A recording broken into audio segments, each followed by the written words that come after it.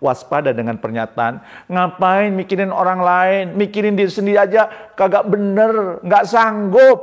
Nah, apabila hidup kita hanya fokus kepada diri sendiri, sehingga tidak ada kontribusi untuk sekitar, ya, itu juga pertanda kesehatan mental kita sedang menurun atau bahkan mungkin terganggu.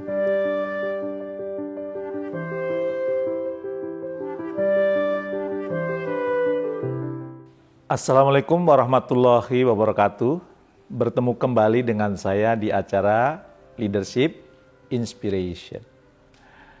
Ada seorang teman bercerita bahwa belakangan ini dirinya sering merasa ketakutan, ya, setiap mau memasuki kantor. Ketakutan itu bahkan sampai membuatnya membayangkan hal-hal yang buruk terjadi, seperti takut bangunannya akan runtuh, takut orang tuanya meninggal, dan takut-takut lainnya yang semuanya terjadi ketika ia sedang berada di kantor. Ngeri ya kalau ada sesuatu begini ya. Seorang kawan lain mengatakan ia sering sekali merasa mudah tersinggung, mudah merasa sedih, mudah berubah-ubah perasaannya, bad mood, terutama ketika sedang bekerja. Ia merasa sulit berkonsentrasi di pekerjaannya. Apakah Anda juga mengalami yang demikian? Ya. Atau pernah ketemu dengan orang yang demikian? Ya. Sementara di sosmed, para pekerja milenial, ya, ada kata-kata yang populer nih, ya, dalam hal kondisi seperti insecure, ya, kena mental nih, ya, burn out, dan kemudian aku butuh healing nih, dan sebagainya. Semua kisah tersebut menggambarkan suatu keadaan yang disebut dengan mental health atau kesehatan mental di tempat kerja. Ya, mudah-mudahan Anda juga menemukan fenomena ini dan bisa mengatasinya. Ya. Pada beberapa tahun lalu, kesehatan mental belum dianggap penting. Namun dengan berjalannya waktu, meningkatnya arus informasi, dan terutama sejak pandemi yang banyak memberikan perubahan pola hidup, ya, isu ini menjadi terangkat ke permukaan dan disadari oleh banyak pihak, termasuk perusahaan, bahwa mental health itu sekarang sangat penting. Maka sejak tahun 2020, sumber dari Forbes menyebutkan bahwa kita semua membutuhkan pekerja yang mampu merespon dan mengatasi kesehatan mental dirinya dengan baik. Kesehatan mental sudah menjadi pembahasan bukan hanya karena disampaikan oleh Forbes. Saya sendiri sudah melihat dan mendengar sendiri bahwa kesehatan mental sekarang menjadi isu utama di banyak perusahaan. Saya sudah keliling banyak perusahaan dan banyak perusahaan yang sekarang membahas isu tentang kesehatan mental ini. Dan hal ini sempatasnya diiringi oleh pemahaman para pemimpin tentang kondisi anggota timnya. Demikian pula dengan perusahaan. Ya. Sebagian perusahaan sudah mengambil langkah untuk mengakomodir isu ini. Salah satunya yang paling gencar adalah dengan membantu para pekerja untuk mengenali stres dan dampaknya terhadap kinerja di perusahaannya. Apa sih yang dimaksud dengan kesehatan mental? Bukankah kalau kerja seharusnya ya dikuat-kuatin dong? Ya. Kalau ada karyawan tidak kuat dengan tekanan kerja, ya itu namanya mental tempe. Mental tempe, gitu ya. Atau ada yang bilang lemah kamu, atau loyo kamu. Ya, ya, dan menurut WHO, orang yang sehat mental itu memiliki beberapa ciri, ya. Yang pertama, dia menyadari kemampuannya. Jadi orang yang sadar kemampuannya itu orang sehat mentalnya. Apakah Anda sudah sadar dengan kemampuan Anda? Jangan-jangan belum nih. Segera temukan apa kemampuan Anda agar Anda termasuk orang yang sehat mental. Yang kedua, dia mampu mengatasi stres dalam taraf normal yang terjadi sehari-hari, ya. Baik itu di kantor maupun di rumahnya. Ya, Anda bisa berdamai dengan tekanan pekerjaan dan target, ya, yang itu kadang menjadi gejolak emosi Anda tidak stabil gitu.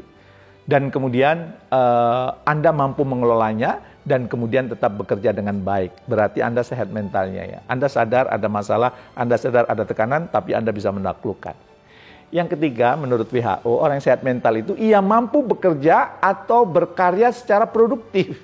Nah, waspadalah apabila kita tidak pernah menghasilkan karya atau senang berleha-leha tanpa ada sesuatu yang dihasilkan. Itu pertanda kesehatan mental kita sedang menurun. Dan menarik ya, ini menurut WHO, ya ciri yang keempat orang yang sehat mental itu apa? Dia mampu memberikan kontribusi pada lingkungannya.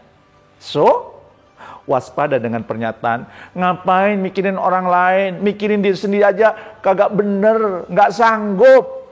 Nah, apabila hidup kita hanya fokus kepada diri sendiri, sehingga tidak ada kontribusi untuk sekitar, ya, itu juga pertanda kesehatan mental kita sedang menurun, atau bahkan mungkin terganggu.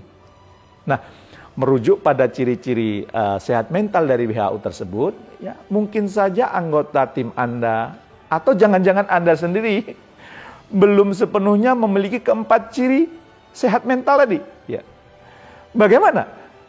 Coba Anda amati, coba Anda teliti tentang diri Anda dan juga tentang anggota tim Anda. Jangan-jangan banyak yang tidak sehat mental. Jadi, kalau ada orang yang mudah marah, ya seperti contoh di awal cerita saya tadi, ya. Sulit konsentrasi, sehingga pekerjaannya berantakan, apalagi tidak bisa mewujudkan performa yang baik di pekerjaan. Ya. Itu namanya mentalnya kurang sehat. Riset dari Harvard Business Review menyebutkan bahwa 76%, ingat ya, 76% pekerja mengalami setidaknya satu gejala kesehatan mental pada tahun 2021. Ya. Semoga Anda tidak termasuk ya, atau mungkin juga mudah-mudahan saya juga tidak termasuk ya. Lalu bagaimana caranya supaya kita sebagai pemimpin untuk bisa merespon situasi seperti ini? Ya. Dan meresponnya nggak sembarangan, meresponnya dengan tepat. Mungkin sebagian Anda ada yang berkata, saya kan bukan psikolog atau tidak punya latar belakang psikologi manusia, ya. Tidak punya latar belakang pendidikan psikologi juga. Tetapi Anda tentu punya kekuatan sebagai seorang pemimpin yang dapat Anda gunakan untuk membantu dan memberikan dukungan pada anggota tim Anda. Mungkin tips ringan berikut akan membantu Anda untuk membantu meringankan kesehatan mental Anda dan juga anggota tim Anda. Mau tahu atau mau tahu banget? Kalau mau tahu banget, subscribe ya, like, atau tekan tombol lonceng agar channel ini terus tumbuh dan menginspirasi. Nah, yuk tingkatkan kesehatan mental ya kita dan tim kita dengan 3 tips yang ringan berikut ini. Mudah dilakukan. Yang pertama apa? Bangun suasana yang terhubung dan relasi yang sehat di kantor. Pandemi dengan segala keterbatasannya membuat orang-orang sering merasa kesepian. Dan kesepian yang dibiarkan dapat berbahaya bagi kesehatan mental seseorang. Pahami bahwa anggota tim Anda juga memiliki masalah di kehidupan masing-masing. Sama seperti kita yang juga memiliki masalah yang sangat bisa mempengaruhi performa di pekerjaan. Maka kita perlu mengonekkan mereka dengan orang-orang yang lain sehingga masalah-masalahnya itu bisa terurai. Ya. Tingkatkan kualitas hubungan, komunikasi dan engagement antar anggota tim. Ya. Buat acara-acara yang sederhana yang meningkatkan kedekatan dan kecintaan, ya, serta keceriaan kita dengan anggota tim. Jangan justru malah menyendiri, ya, karena kita perlu terhubung satu dengan yang lain. Karena keterhubungan kita dengan banyak lain itu membuat mental kita semakin sehat. Yang kedua, perhatikan kebutuhan spesifik setiap kelompok pekerja. Ya. Setidaknya di kantor kan ada 5 generasi ya yang berkumpul nih. Baby boomers, Gen X, Gen Y, Gen Z ya. Dan mereka ini apa? Mereka berdalam situasi khas tertentu yang memberikan stres yang berbeda. Contohnya Gen Z ya, dengan persoalan adaptasinya di lingkungan kerja, Gen X ya, dengan beban peran manajerialnya, dan baby boomer dengan persiapan pensiunnya. Nah, maka buat acara yang menghubungkan generasi yang berbeda di tempat kerja. Sehingga antar generasi pun terhubung, saling support, saling mendukung, dan saling paham. Yang ketiga, bantu mereka untuk mendapatkan informasi dan sumber daya yang dibutuhkan dalam rangka mengatasi masalahnya. Misalnya dengan bersama-sama mencari komunitas diskusi tentang kecemasan, di mana anggota tim Anda mungkin bisa bergabung, tempat latihan mindful, ya, atau mendownload lembar kerja di internet yang bisa diisi, dipelajari untuk latihan mandiri, untuk latihan mindful, untuk latihan emosi, menstabilkan emosi, menguatkan emosi. Ya. Anda juga dapat melakukan penggalian faktor-faktor apa dalam pekerjaan yang memberikan kontribusi terhadap masalah mereka, yang membuat mereka semakin stres. Ya. Misalnya, apakah ada kaitannya dengan target yang terlalu tinggi, atau mungkin yang lain, ya, sikap rekan kerja yang toksik, dan sebagainya. Mendorong untuk saling support dan memberikan informasi yang penting untuk kemudian pertumbuhan masing-masing orang.